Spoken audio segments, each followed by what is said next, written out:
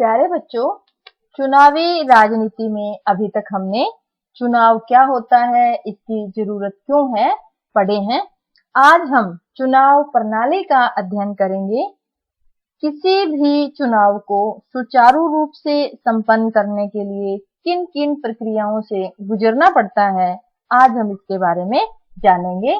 बच्चों, चुनाव प्रणाली की मुख्य गतिविधियां।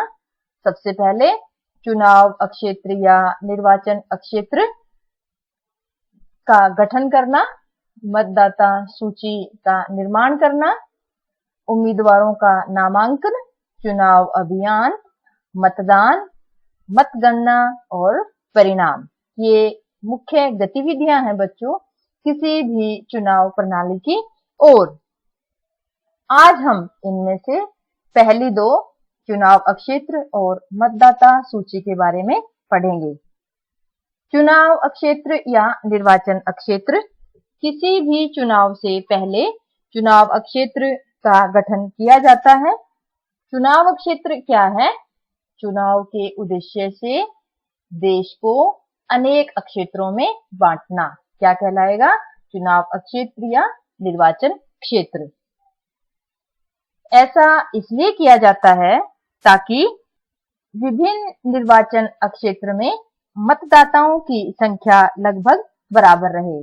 तो हमने देखा कि निर्वाचन अक्षेत्रों में देश को क्यों बांटा जाता है, ताकि हर निर्वाचन अक्षेत्र से मतदाताओं की संख्या लगभग बराबर रहे।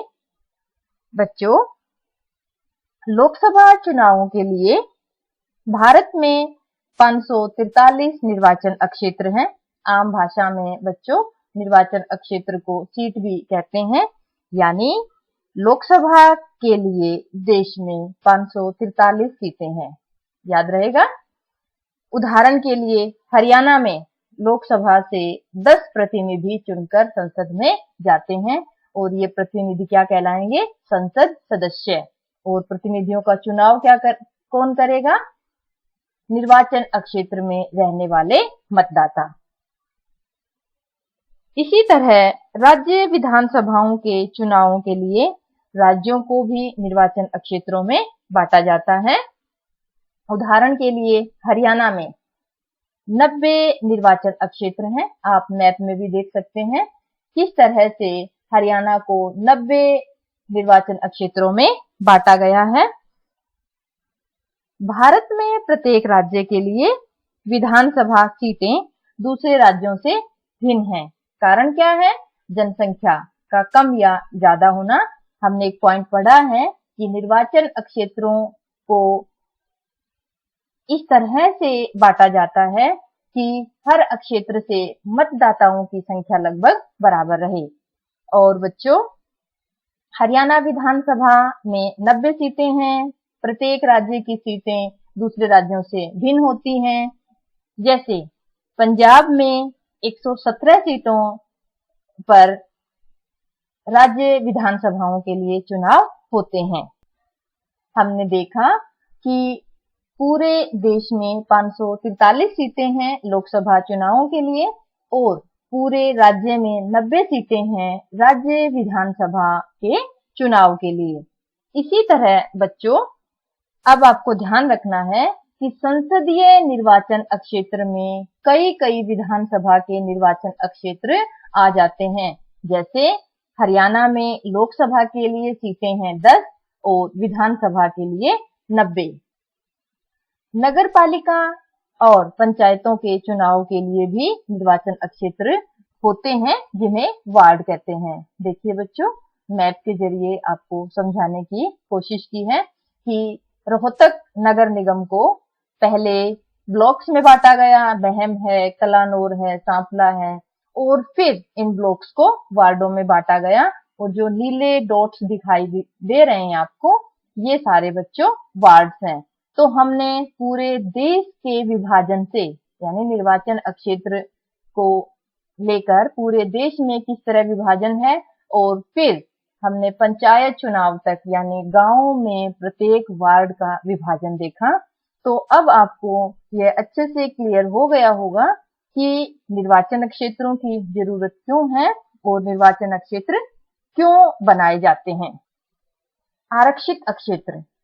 बच्चों, संविधान में प्रत्येक नागरिक को चुनाव लड़ने का अधिकार दिया है, लेकिन कुछ ऐसे लोग भी हैं जो संसाधन विहीन हैं, जिनकी शिक्षा कम है या जिनके संपर्क साधन कम हैं और वो कमजोर तबके या सामाजिक हाशिए पे रहते हैं। तो संविधान निर्माताओं ने इन लोगों को ध्यान में रखते हुए आरक्षित सीटों का प्रावधान किया था।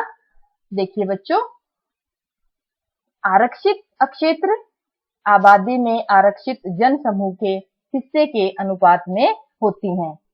हमने पूरे देश में निर्वाचन क्षेत्र में पढ़ा कि 543 सीटें हैं लोकसभा के लिए, जिसमें से सामान्य 412 हैं बच्चों। आरक्षित सीटें जिनमें अनुसूचित जाति के लोग हैं, उनके हिस्से 84 सीटें आती हैं। और आपको ये ध्यान रखना है कि अनुसूचित जातियों के लिए आरक्षित क्षेत्रों में सिर्फ अनुसूचित जाति के लोग ही चुनाव लड़ सकते हैं। इसी तरह अनुसूचित जनजाति के लिए 47 सीटें हैं और इस अनुसूचित जनजाति के लिए जो सीटें आरक्षित है, यहाँ अनुसूचित जनजाति से संबंधित व्यक्ति ही चुनाव लड़ सकता है। तो आरक्षित क्षेत्र क्या है, आपको समझ आ गए होंगे। चुनावों में आरक्षित क्षेत्रों की बात चल रही है, तो आपको यह ध्यान रखना है बच्चों कि ग्रामीण और शहरी स्थानीय जो चुनाव हैं, उनमें 1/3 सीटें महिलाओं के लिए आरक्षित हैं। पर ये सीटें सिर्फ स्थानीय निकायों में है बच्चों। लोकसभा और विधानसभा चुनावों में महिलाओं के लिए सीटें आरक्षित नहीं हैं। मतदाता सूची। निर्वाचन क्षेत्र और आरक्षित क्षेत्रों के बाद अब मतदाता सूची पढ़ते हैं। मतदान की योग्यता रखने वालों की सूची। आपको पता है बच्चों कि हमारे देश में 18 वर्ष और उससे ऊपर की उम्र के सभी नागरिक चुनावों में वोट डाल सकते हैं।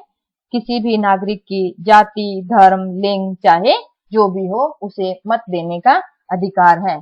पर बच्चों, अपराधी या दिमागी असंतुलन वाले लोग वोट देने से वंचित किए जा सकते हैं, पर ऐसा सिर्फ बेहद ही खास स्थितियों में किया जा सकता है।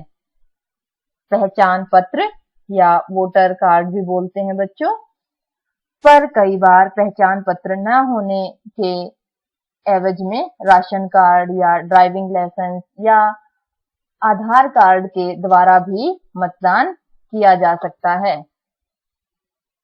मतदाता सूची का नवीनीकरण। नवीनीकरण का मतलब है नया रूप देना। हर चुनाव से पहले बच्चों मतदाता सूची को नया रूप दिया जाता है। कारण क्या है? क्योंकि हर 5 साल बाद चुनाव होते हैं, तो बहुत से बच्चे ऐसे होते हैं जो 18 वर्ष की आयु पा जाते हैं, तो उन्हें मतदाता सूची में शामिल कर लिया जाता है। कई बार मृत्यु होने पर या स्थान बदलने पर मतदाताओं का नाम काट दिया जाता है और स्थान बदलने के लिए जब वो दूसरे स्थान पर जाता है, तो वहां नए स्थान पर मतदाता सूची में उनका नाम जोड़ दिया जाता है। मतदाता सूची देखिए बच्चों, किसी भी निर्वाचन क्षेत्र में मतदाता सूची में मुख्य रूप से निर्वाचन क्षेत्र की जानकारियां होती हैं, जिसमें मतदाताओं की संख्या या वार्ड नंबर इत्यादि दिए होते हैं। मतदाता सूची का फोटो आपको दिखाने की कोशिश की है। इस सूची में 9 लोग हैं और ये 9 के 9 मतदान करने के योग्य हैं। तो आज हमने बच्चों निर्वाचन क्षेत्र और मतदाता सूची के बारे में जाना। उम्मीदवारों का नामांकन, चुनावी अभियान, मतदान और परिणाम इत्यादि हम आगे के वीडियो में पढ़ेंगे। आशा है आपको ये सारे टॉपिक्स अच्छे से क्लियर हो गए होंगे। खूब पढ़िए, खूब मेहनत कीजिए। धन्यवाद।